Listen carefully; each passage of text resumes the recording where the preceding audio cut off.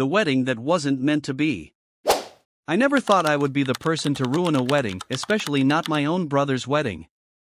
But here I am, sitting in my car, staring at my phone screen as Reddit tears my story apart, and I can't help but wonder, did I do the right thing, or did I just destroy everything for nothing?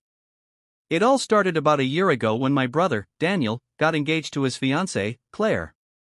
On the surface, everything seemed perfect. They had been dating for 3 years, she was funny, smart, beautiful, and seemed to get along well with our family. My parents loved her. My sister thought she was the perfect match. And Daniel? He was head over heels. But here's the thing about secrets, they don't stay buried forever. I found out about Claire's secret by complete accident. I wasn't snooping, I wasn't looking for drama. One night, I got a text that wasn't meant for me. I was sitting in bed, scrolling through emails, when my phone buzzed. The message read, "Last night was amazing. Can't wait to see you again. Same time tomorrow?" At first, I thought it was some kind of spam or wrong number. But then I saw the contact name. It wasn't an unknown number. It was Claire. And she hadn't sent it to me, she'd sent it to Daniel. My brother. Only somehow, it came to me. I froze.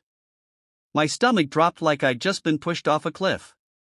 The message wasn't for my brother, it was for someone else. And that meant only one thing, Claire was cheating on him. I didn't sleep that night. My brain kept circling around the same questions. Should I tell Daniel? Should I confront Claire? Should I pretend I never saw it? The next day, I couldn't take it anymore. I asked Claire if we could meet up for coffee. She looked nervous when I brought it up, but she agreed.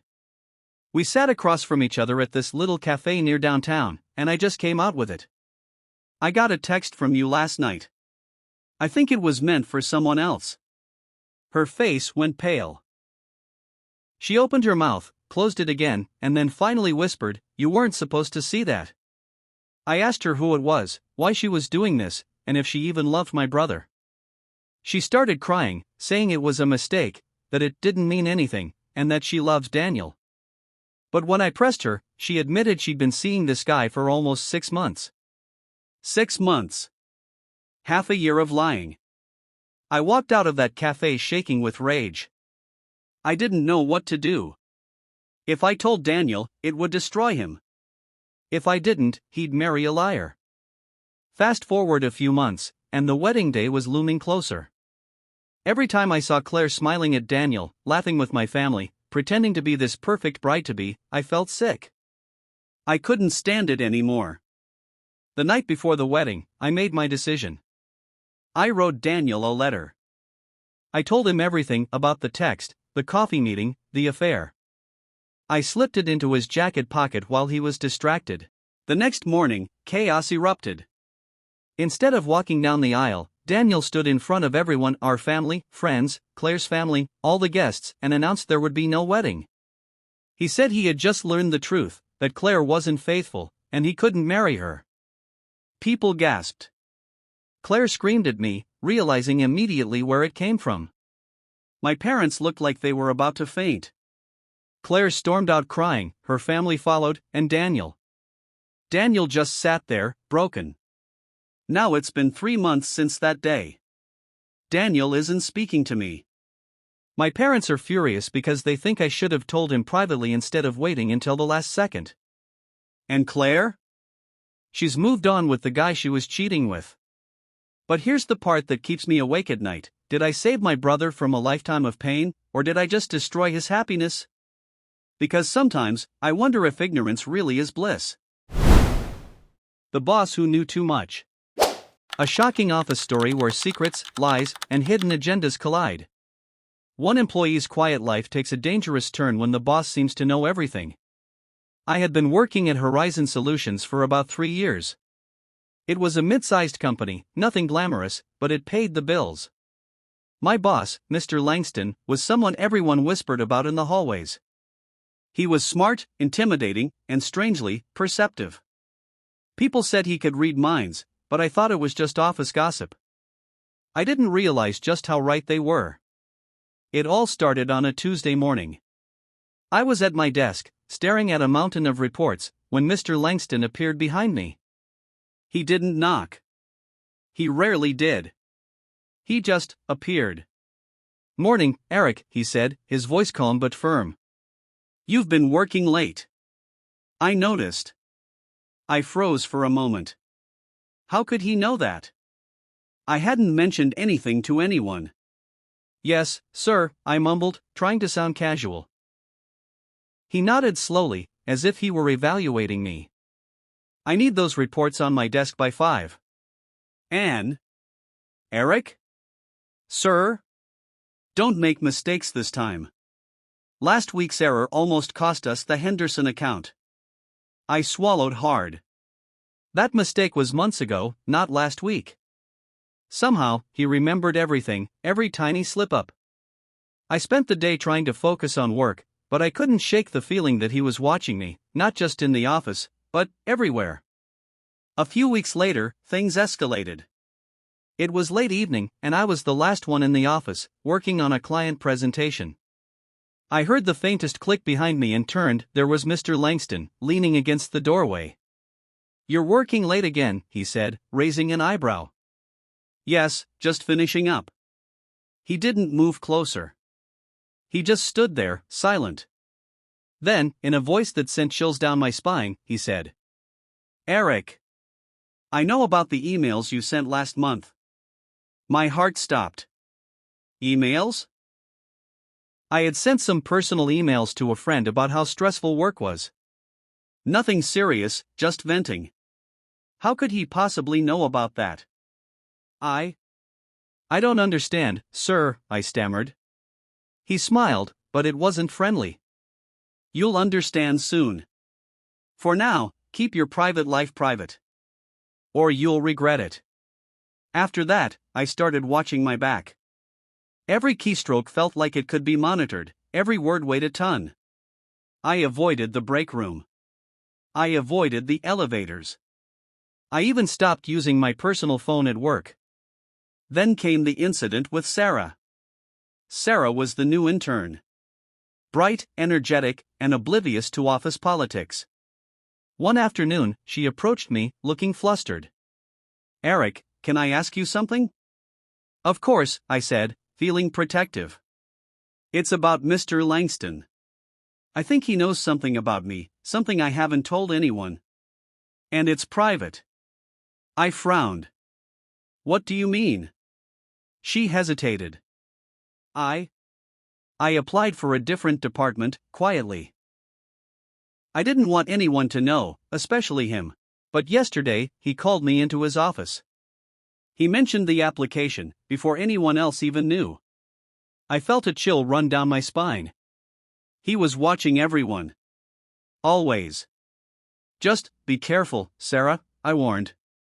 "He notices everything. Every move, every mistake." She nodded, eyes wide. "I know. But I need to do this.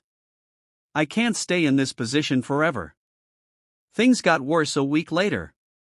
I was in a meeting with the team when Mr. Langston suddenly called me out. "Eric, a word in my office."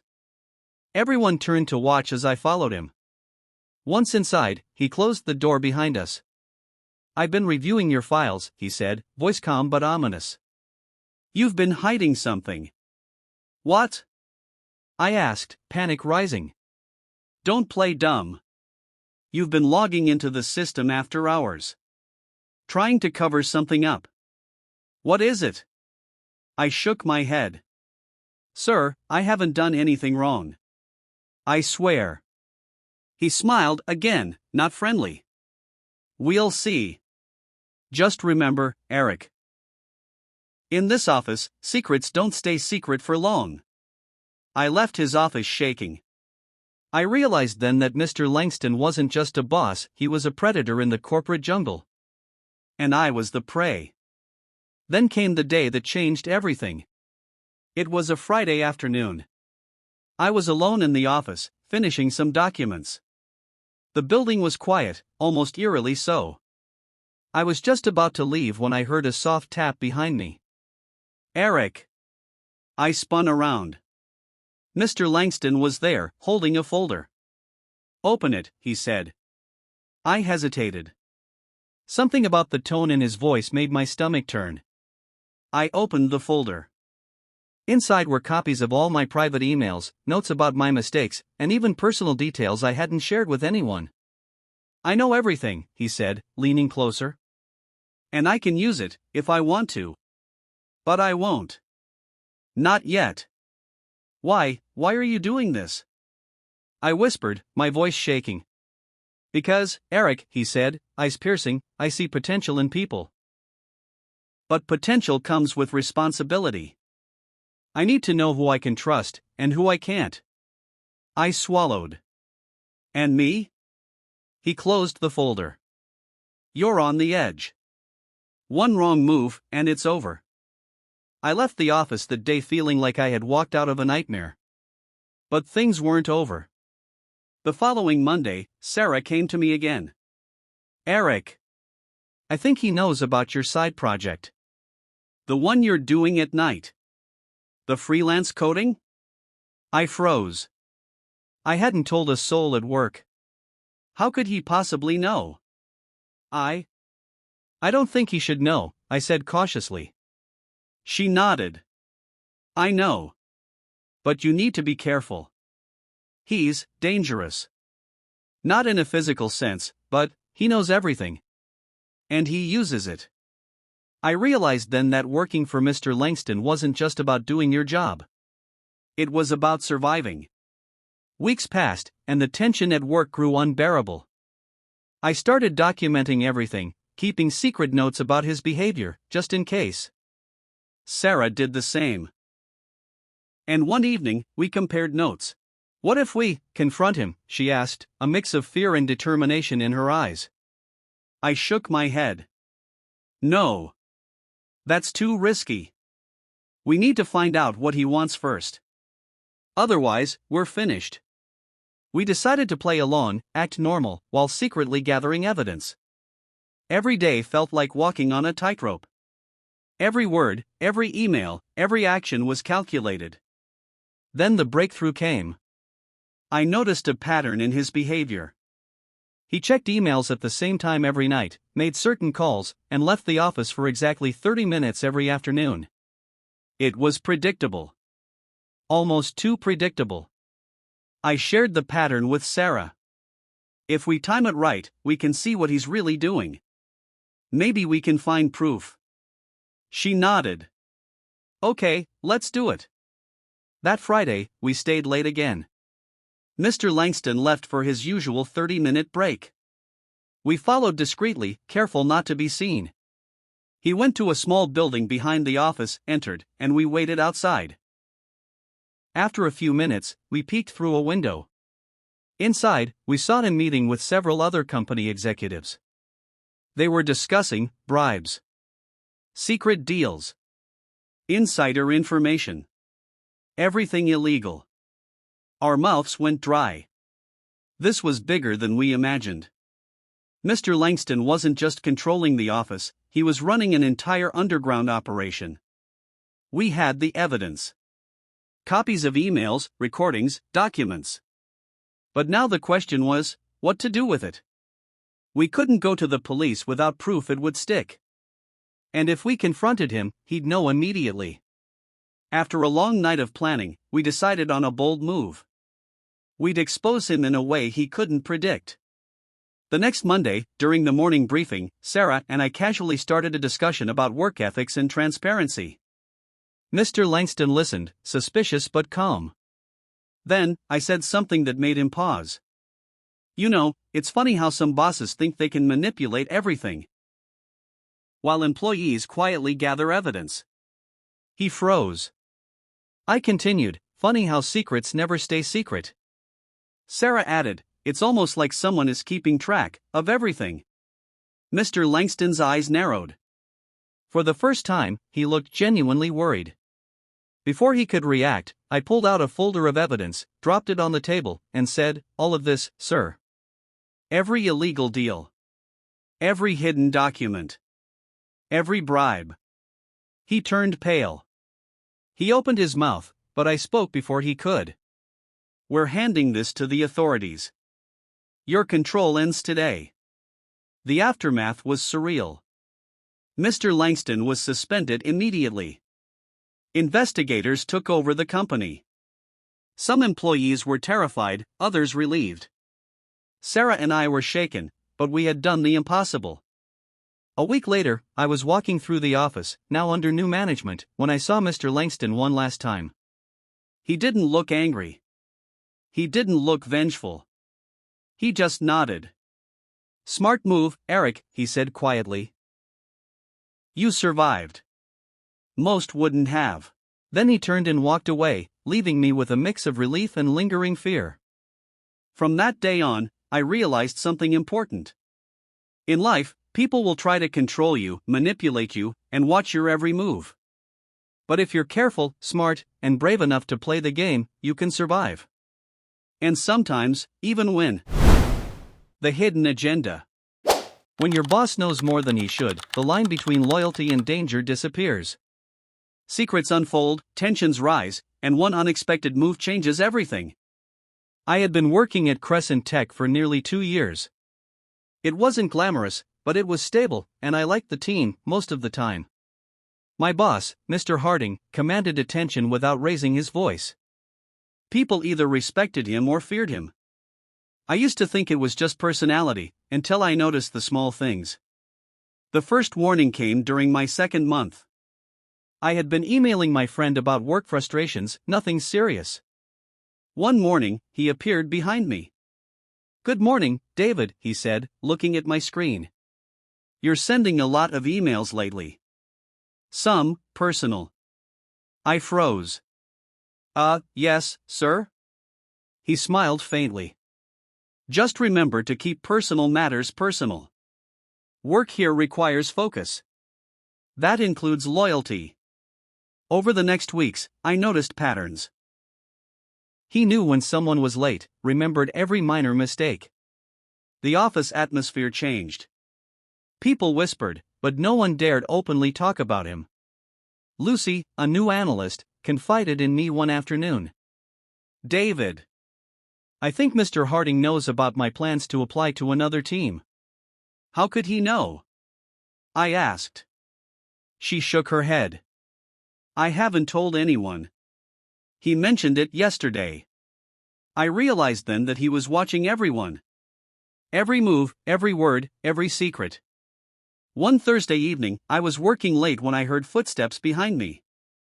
"David," he said softly. I jumped. "Yes, sir?" "Working late again." "Committed. I'll give you that." Then, unexpectedly, he said, "I know about your weekend coding projects." I froze. I hadn't told anyone.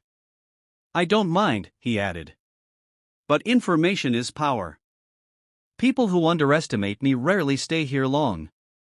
The tension escalated. Mistakes became terrifying. Lucy admitted she was afraid too. "David, I feel like he sees through my soul," she said during lunch. I nodded. Every smile, every glance, it wasn't friendly, it was knowing. Then came the confrontation. A rainy afternoon. He called me to his office. "David, we need to talk," he said calmly. "I've been reviewing your files, emails, extracurricular projects." "I haven't done anything wrong, sir," I said. "Cleverness can be dangerous if misused," he replied. "Respect, loyalty, discretion, understood?" I nodded, trapped. Lucy and I decided to gather evidence. We discovered his routine. Every Wednesday, he left for 45 minutes with a folder. One Friday evening, we followed him discreetly. He met with unknown people, exchanged papers, whispered conversations. Clearly not office business. We documented everything. Notes, timestamps, even discrete photos. Every step cautious. 2 weeks later, we copied files from his desk, emails, transaction records, drafts of contracts violating company policy. The next Monday, during the morning briefing, I acted. "Mr. Harding," I said, "funny how some people think they're clever, secrets slip." He looked up, suspicious. "We've been keeping track," Lucy added, holding the drive discreetly. "All your secret deals, hidden agendas." Fear crossed his face. "You wouldn't dare." "We already did," I replied. Investigators arrived. Mr. Harding was suspended. Employees were shocked, others relieved. Lucy and I survived. A week later, I passed him in the office. He didn't look angry. "Smart move, David," he said quietly. "Most people wouldn't have lasted." Then he walked away, leaving me with relief and lingering fear. From that day on, I learned bosses can be more dangerous than any client, more unpredictable than any deadline. But with caution, courage, and clever planning, even the most controlling leader can be outsmarted. Sometimes, survival is the greatest victory of all.